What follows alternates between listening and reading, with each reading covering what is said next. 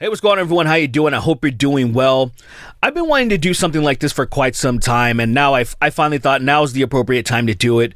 I have a little bit of a break and stuff. I've been so busy, and I just been wanting to get more back into music-related content. So we're gonna do the least to best. I don't want to do it for a bunch of bands and a bunch of artists, but I want to start with Linkin Park because they're one of my all-time favorite bands. I feel like a lot of people, they're so, like, you can be strictly into extremely heavy music and still appreciate what they do, to a poppy person and still enjoy them. People that I know that don't listen to rock or metal still mess with Linkin Park, and so I think it's just a great band to start off with. So we're gonna go through it. It's probably gonna be a little controversial, but at the end of the day, this is my opinion overall. Now, before we start, gotta give a shout out to this video sponsor. This episode is brought to you by Into the AM. I've been working with Into the AM for years now, and I absolutely love their products. I have a wardrobe full of their graphic tees, which are second to none. And guess what? Into the AM has just launched their fall collection, and I absolutely love what they've added to their store.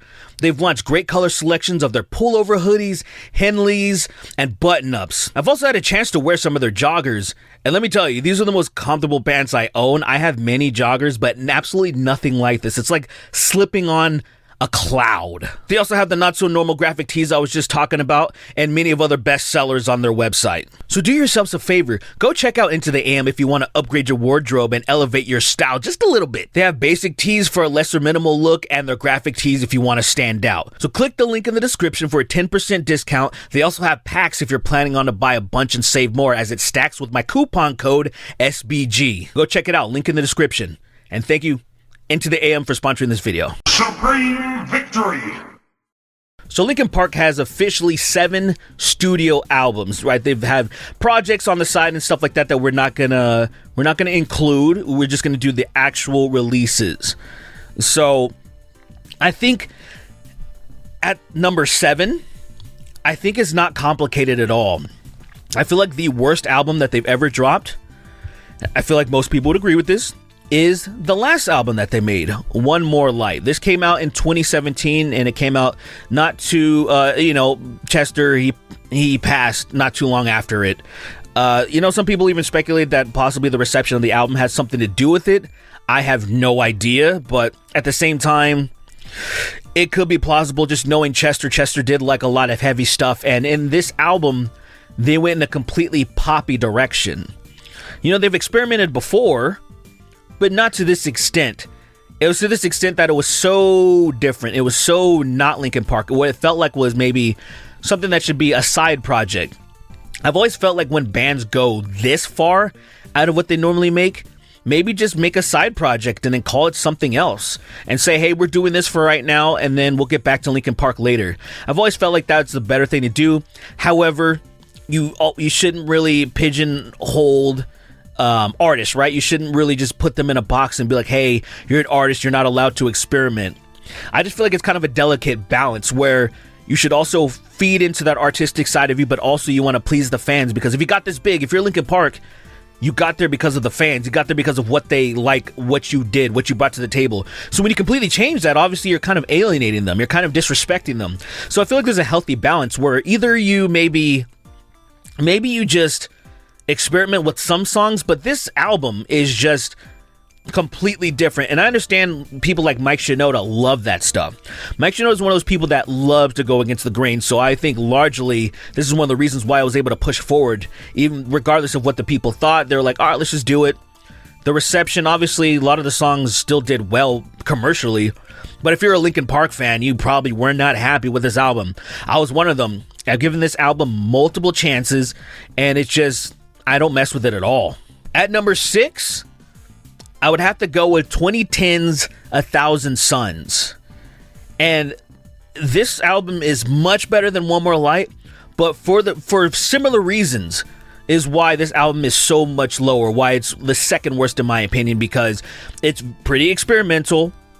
They essentially took out the electric guitars, which just is so antithetical to Linkin Park's sound to me that it was just so bizarre that I was like, these songs are kind of weird, they're kind of iffy. They had some good tracks on there. There was still the singles that they released, I thought they were still pretty good songs. They still sounded like Linkin Park. Maybe a little bit too happy, too many major chords, because Linkin Park's always been about, sadness and relating to teenage angst and stuff, and this stuff sounded not like that at all. But there were still some good tracks, even like what I think it's called When They Come For Me, where Mike Shinoda he always does like a hip-hop track a lot of the times, and I thought this one he came with it. I thought he came with it hard. Had this kind of cool urban jungle beat to it that I really appreciated. But it's still overall, I'm like, it's not an album that I really want to listen to, or any of the songs really made it to any of my playlists on Spotify or anywhere. At number 5 is Hunting Party. Now, Hunting Party is one of those albums that it seems like they wanted to return to the heaviness, right? They wanted to get like way heavier like they used to be. They wanted much more distortion in their electrical guitars. But the thing is, the songs were just kind of poorly written. It's really unfortunate because they had some great features. I mean, they had Rakim on there, just a goat of hip hop, a legend. I should say. You have freaking Darren Malakian. You had some good songs, like that Final Masquerade song, actually, I think is a very good song. It's a very good written song. But overall, I just feel like the songs they felt rushed. They felt like, oh yeah, they're much heavier, they're much faster, there's a lot more speed, and there's some thrash in here, there's some metal in here for sure. And also just the mixing. The album felt like almost unfinished. The way that it felt, the way that it's just like, when I hear these songs, I'm like, this sounds empty. It sounds like, I don't understand. It's just, maybe they try to go for a more raw feel, but I feel like that it missed the mark. I feel like that's always a terrible idea. Doesn't matter what genre of music. If you're doing black metal or anything, if you're trying to make it sound bad purposefully, I think you're stupid. I think best quality that you can do. If you're a producer, if you're an engineer, if you're an audio engineer, you always should try to go for the best mix possible. People are always going to appreciate that. I don't care what 2% of your fan base says, oh, this sounds too clean and polished. Everybody else is going to appreciate it. Their ears are going to appreciate it. That's the biggest thing. So I can really hear everything, have nothing sound muffled. And this just sounds a little to me, and the songs are just a little lackluster.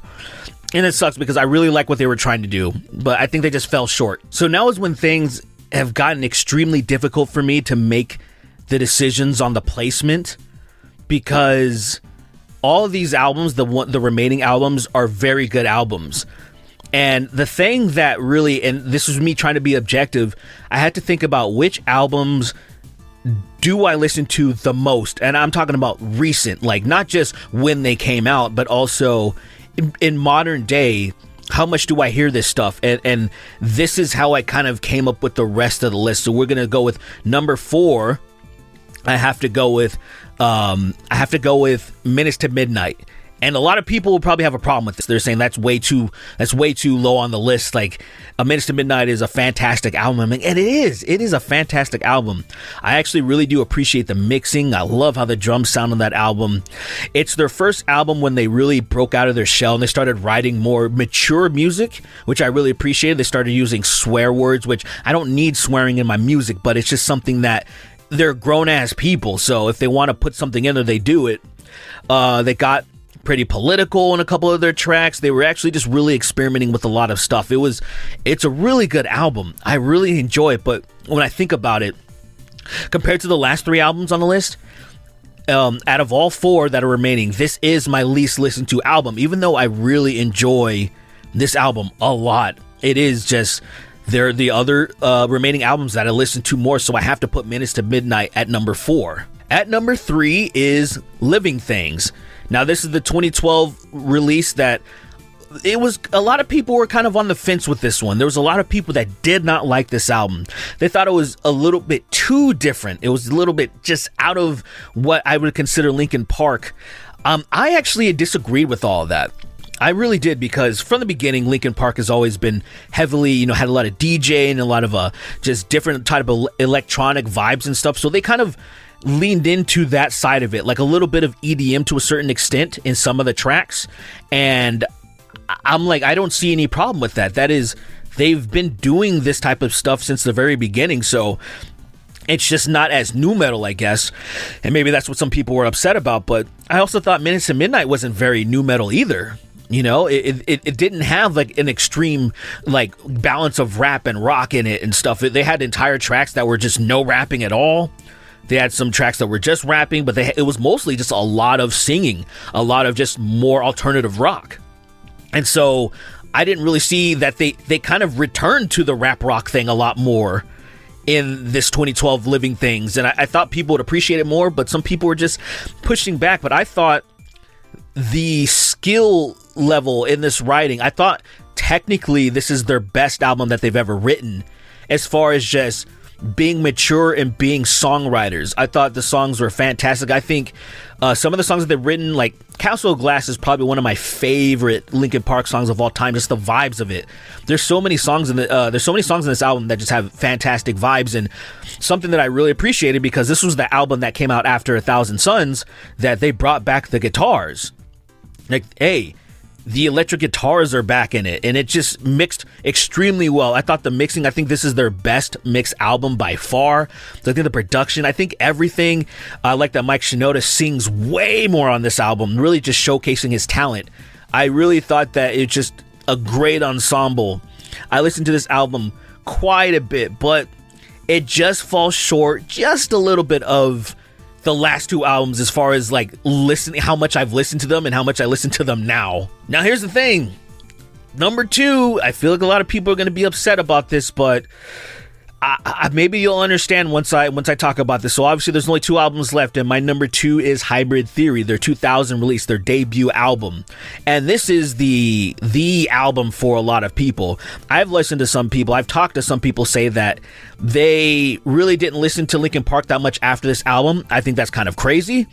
But that's just some of the songs that are on this, they just resonated so hard with people that I feel like there's some nostalgia lenses and other stuff to think that this is the best album.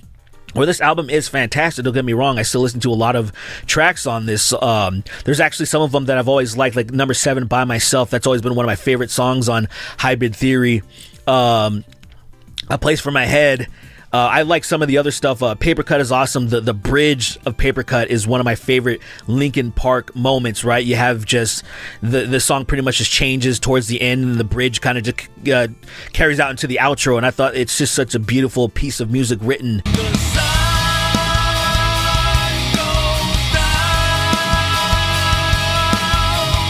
And the album front to back is a good album. Don't get me wrong. Like, I get why it's so celebrated and why people like it so much, but there are some parts of it that are just a little bit too cookie cutter for me. Like, you talk about One Step Closer, and you talk about the bridge of One Step Closer, and like, shut up when I'm talking to you. I think that's so damn cringy. It's crazy how cringy that is. I think about just some of the rapping in it. It's so basic and it's not good. Like, and Mike Shinoda really improved over the years, but some of this stuff is just a little bit too cookie cutter to where sometimes I do feel a little bit of cringe when I'm listening to it. This is really that album that, like, it's so good, but it has these elements to it where I'm like, sometimes I don't feel like listening to this because it just feels like it needs to be just a little bit more mature, in my opinion. And at number 1, that just leaves Meteora. Now, that's their 2003 release, and this is my favorite album by far. It is like, to me, it's just upgrading. It's just leveling up Hybrid Theory. Everything sounds better. The guitars, the distortion, like, just the mixing sounds better, in my opinion. Maybe some people would disagree, but I think it sounds way better. I think the singing, I think the rapping got better. I think everything overall just got better. It's their heaviest album by far. I think, just front to back, it is an extremely enjoyable album, and I think their most popular song, other than like In the End or something, is Numb. I think Numb actually might be more popular than In the End. I haven't really checked the numbers, but I feel like the numbers and what people really focus on, I think Numb is probably one of the most popular songs in there. I think they just wrote some absolute bangers, just amazing hooks, amazing verses on this album. I think even some of their filler tracks, like From the Inside, is such a good song. It's such a good song. The chorus is so good. The bridge is so good. You think about Easier to Run. one of my top 5 favorite Linkin Park song. Just one of the most powerful choruses that singing it is difficult to sing. The bridge again in that song is so freaking powerful. I just think there's so Lying From You. I actually have that as a place in my heart where I did a lip sync. We did in my school. I actually introduced lip syncing into my theater class, drama, whatever you want to call it, where it's like, what should our last project be? And I suggested, let's do lip syncing. I first did Toxicity with my boys. The second semester, I did Lying From You with my boy Miguel. And he did Chester's part, I did Mike's part. And a lot of people hadn't heard that song yet because the album just dropped. And I was obsessed with that album, and I did that, and people were like, damn, what song was that? And I'm like, dude, fucking pick up Meteora. Like, I actually, I didn't even buy Meteora. The funny thing is, I had Godsmack's album Faceless, and my friend was tired of listening to Meteora, and he wanted to listen to Godsmack, so we swapped. And I was like, that was the easiest trade I've ever made, because I like Godsmack, but I'm like, bruh, I like Linkin Park 1,000 times better than Godsmack, so it was an easy swap for me. I might have had that album Faceless for my birthday. I don't really remember that much, but I was happy. Swapped, kept it, great stuff. So I don't need to go through the entire album, but I just think overall the song quality, everything, there's a little bit more maturity. The hooks are better. There's way less cringe in that album. It's just way better. It's just way, way better. And you even have, like, say, people really celebrating that album Meteora because it came out 20 years ago, and then you even had them release an unreleased track that's been circulating on the radio, and people are just feeling nice and good. I'm like, this is a great album, guys. I know there's a lot of people they're just going to say with the impact and how it felt with them, to say Hybrid Theory is just the better album, but I just, in my opinion, I think everything combined, or if you take some of the special stuff out, like I said, Lying From You has a special place in my heart, even if that wasn't the case, it's still just, that song is just leagues better than anything that was written on Hybrid Theory in my opinion. So that is my number one. That is my list from worst to best. And just let me know what you guys think about it. Let me know if I'm on the money. If you have a different list, which I'm sure you do, then list yours. Like, drop your list in the comment section. I would love to see what you guys rank, because I know Hybrid Theory is always going to be in the top 3. And so I want to see all the interchangeable stuff and see what people have to say, you know? Hey, maybe One More Light will be a lot higher for some people. I don't know. But that's it, guys. Also, if you want me to do other bands, which I'm definitely going to do, let me know which ones.